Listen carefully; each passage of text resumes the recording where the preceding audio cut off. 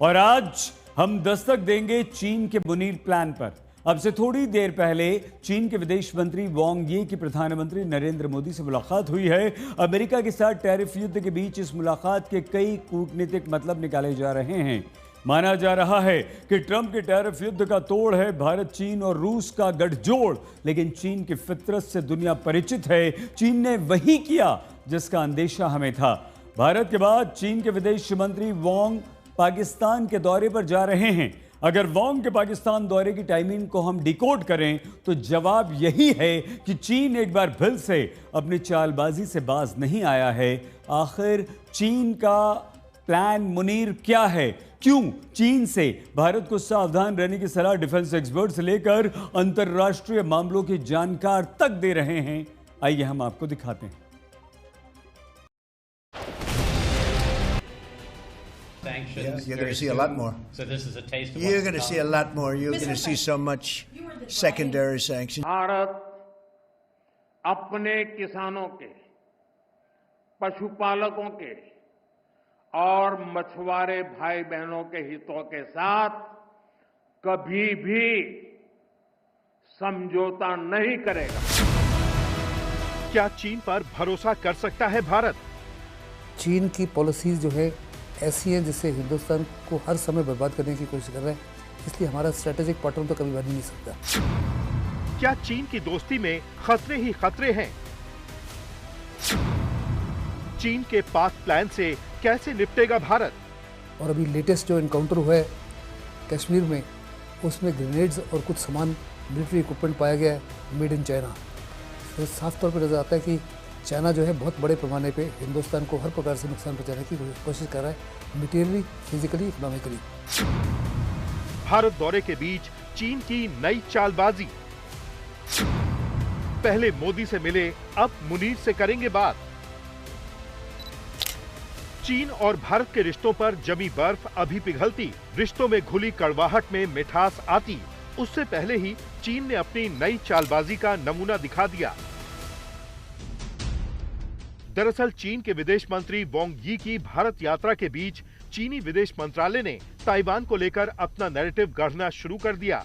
चीनी विदेश मंत्रालय ने अपनी प्रेस रिलीज में दावा किया कि भारत ने ताइवान को चीन का हिस्सा मान लिया है, जबकि भारत अपने स्टैंड पर कायम है। ताइवान के साथ भारत के सांस्कृतिक और कारोबारी रिश्ते हैं। मतलब बंद कमरे में हुई बातचीत से चीन ने अपना निष्कर्ष निकाला और चालबाजी शुरू कर दी। वहीं दूसरी तरफ भारत की यात्रा के ठीक बाद चीन के विदेश मंत्री वांग यी पाकिस्तान की यात्रा पर जाएंगे। डिफेंस एक्सपर्ट से लेकर अंतर्राष्ट्रीय मामलों के जानकार इसे चीन की नई चाल से जोड़कर देख रहे हैं। क्लियर है, वो एक तो पाकिस्तान को आश्वासन देना चाहते हैं कि किसी प्रकार की कोई सहायता या कोई मदद नहीं करेंगे या कोई हिंदुस्तान के साथ समझौता नहीं करेंगे जिससे पाकिस्तान को नुकसान हो। दूसरा, ऑफ लेट आसिफ मुनीर जो है अमेरिका के नज़दीक जा रहे हैं, खास करके डोनाल्ड ट्रंप के पास। डोनाल्ड ट्रंप की ज़बरदस्त कोशिश है कि पाकिस्तान को चाइना से अलग किया जाए। वो उसको आश्वासन देना चाहते हैं कि ये पाकिस्तान के हित में नहीं होगा। उनकी दोस्ती, यारी दोस्ती deeper than the oceans and higher than the Himalayas है। अब इन तीन तस्वीरों को देखिए। ऑपरेशन सिंदूर के दौरान चीन ने भारत के खिलाफ पाकिस्तान की मदद की। यहाँ तक कि चीनी मीडिया ने पाकिस्तान के पक्ष में भारत के विरुद्ध झूठा प्रचार किया। वहीं युद्ध विराम के बाद पाकिस्तान के आर्मी चीफ मुनीर 2 बार अमेरिका के दौरे पर गए। यही नहीं, मुनीर ने चीन का दौरा किया। यानी भारत पर टैरिफ बम फोड़ रहे ट्रंप के साथ पाकिस्तान के रिश्ते लगातार मजबूत हो रहे हैं। दूसरी तरफ भारत की जमीन पर बुरी नजर रखने वाला चीन भी पाकिस्तान के साथ चट्टान की तरह खड़ा है। ऐसे में पाकिस्तान का जिगरी दोस्त भारत के लिए हमेशा चुनौती है।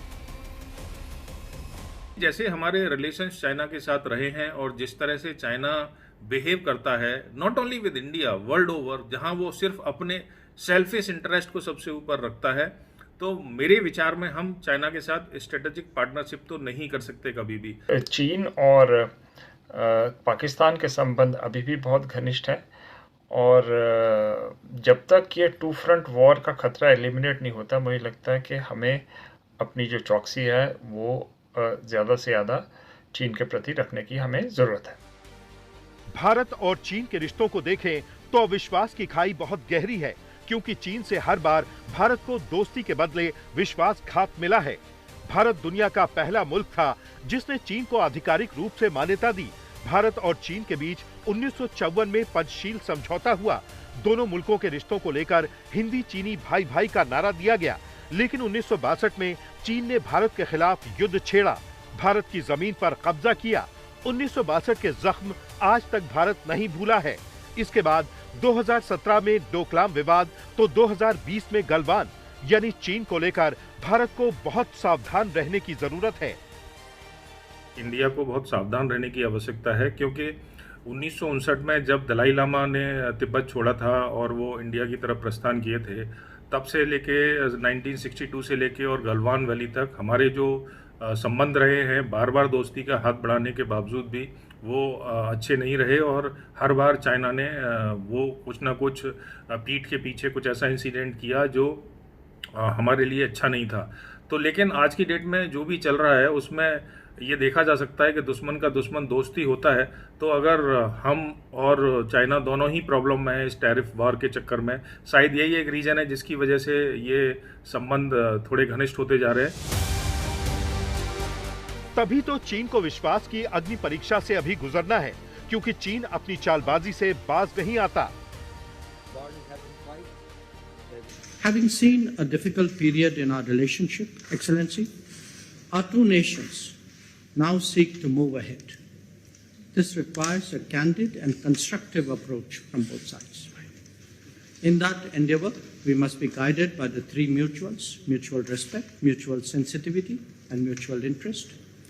Differences must not become disputes, nor competition, conflict. चीन एक ऐसा देश है जिससे भारत को दोस्ती के बदले हमेशा दगा मिली।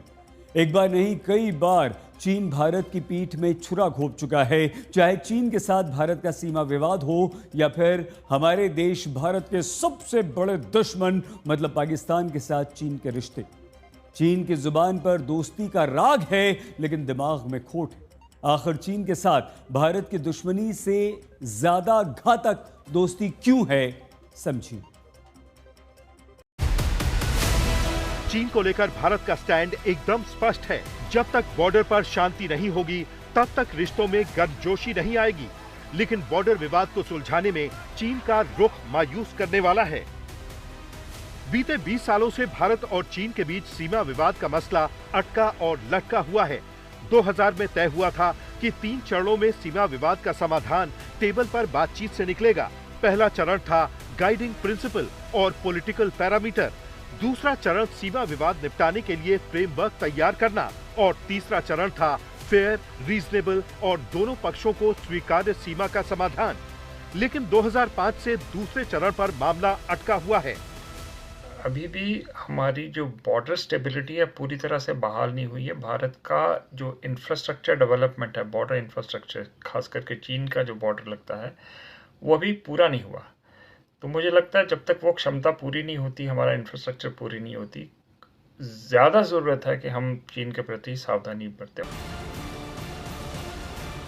भारत को अतीत में मिले सबक और चीन की नीयत को देखते हुए डिफेंस एक्सपर्ट यही मानते हैं कि चीन से दोस्ती की राह में कांटे ही कांटे हैं। चीन एक एक्सपेंशनिस्ट पावर है, उसकी शुरू से ही नज़र रही है हिंदुस्तान के अरुणाचल के ऊपर, लद्दाख के ऊपर। 1954 में एक इंटरनेशनल प्रेस कॉन्फ्रेंस में मो सेतुंग ने बोला था, चाहे हमको जितना भी समय लगे, हम अरुणाचल को, लद्दाख को, सिक्किम को, नेपाल को और भूटान को अपने साथ मिलाएंगे। उसकी नीतियों में कोई परिवर्तन नहीं आता, सरकारें आए सरकारें चली जाए, लेकिन नीतियों में कोई कमी नहीं आती। जानकार यही मानते हैं कि चीन कभी भी भारत का रणनीतिक साझेदार नहीं बन सकता। इसकी वजह है उसका पाकिस्तान प्रेम और पाकिस्तान में किया गया भारी निवेश। दूसरी तरफ चीन अपनी तिजोरी को भारत के बाजार से भर रहा है। ऐसे में जब तक दोनों मुल्कों में कारोबारी नजरिए से बराबरी नहीं होती, तब तक दोस्ती संभव नहीं। लिहाजा भारत अपने हितों के हिसाब से चीन से दोस्ती बढ़ा सकता है। इमीडिएटली भारत के दौरे के बाद चाइनीज फॉरेन मिनिस्टर पाकिस्तान जाते हैं, थोड़ा वरीसम है, थोड़ा ऑकवर्ड है। लेकिन अगर आप इसको दूसरी तरह से देखें, आजकल वर्ल्ड ऑर्डर में ये पॉसिबल है, ये सब डिप्लोमेसी है। हमने भी तो इजराइल और ईरान दोनों के साथ डिप्लोमेसी रखी है और अच्छे संबंध रखे हैं। तो चाइना भी अपने अपने इंटरेस्ट के हिसाब से वो इंडिया और पाकिस्तान के साथ रह सकता है। हम चाइना को इस स्थिति में नहीं है कि हम चाइना को ये बोल सकें कि आप पाकिस्तान के साथ संबंध मत रखिए। यहाँ आपको ये समझना है कि भारत और चीन के रिश्तों में कितने स्पीड ब्रेकर हैं। पहला ब्रेकर है सीमा विवाद, दूसरा ब्रेकर है सुरक्षा की चुनौती, तीसरा ब्रेकर है व्यापारिक घाटा, चौथा ब्रेकर है राजनीतिक टकराव, पांचवा ब्रेकर है क्षेत्रीय प्रतिस्पर्धा, छठा ब्रेकर है बेल्ट एंड रोड प्रोजेक्ट। कुछ जानकार ये कहते हैं कि चीन सिर्फ भारत को एक बाजार के तौर पर इस्तेमाल करना चाहता है। ऐसे में जो इस वक्त पिघलती हुई बर्फ दिखाई पड़ रही है, उसको लेकर के कुछ रक्षा मामलों के जानकार ये कह रहे हैं कि ये बर्फ सिर्फ पिघली हुई है, इसका पानी जो है वो पूरी तरीके से ठंडा नहीं हुआ है। इसलिए जो भारत को यहाँ पर फूंक फूंक कर कदम रखना होगा, क्योंकि चीन पर पूरी तरीके से विश्वास नहीं किया जा सकता। ऐसे में ये कहा जा रहा है कि जो चीन का ट्रैक रिकॉर्ड है, उसको ध्यान में रखते हुए भारत को बड़े स्तर पर इस दौरान कदम उठाना पड़ेगा। कैमरामैन संजीव के साथ जितेंद्र सिंह, आज तक।